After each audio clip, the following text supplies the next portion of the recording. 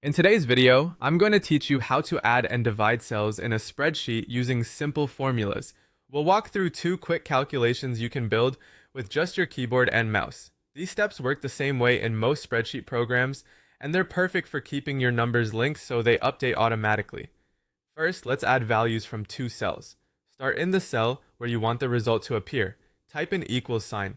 This tells the spreadsheet that you're entering a formula, not plain text.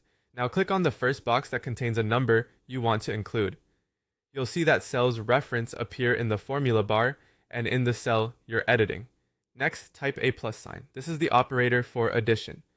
Then click on the second box you want to add.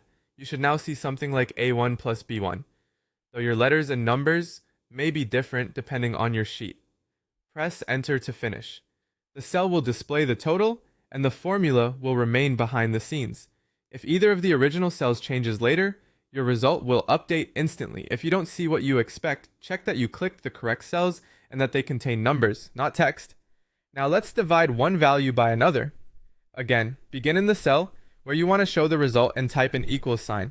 Click on the box that holds the number you want to divide. Type a forward slash, which is the division operator, then click on the second box, the one you want to divide by. You'll see a formula like A1, B1 appear. Press enter to complete it. The spreadsheet will calculate the quotient and display the result.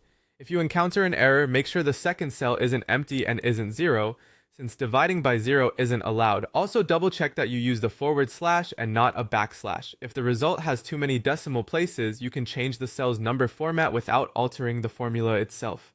A couple of quick tips as you practice. Clicking cells is more reliable than typing their addresses, because it reduces typos. You can always review your formula in the formula bar, and if you need to adjust it, just click back into the cell and edit like normal text.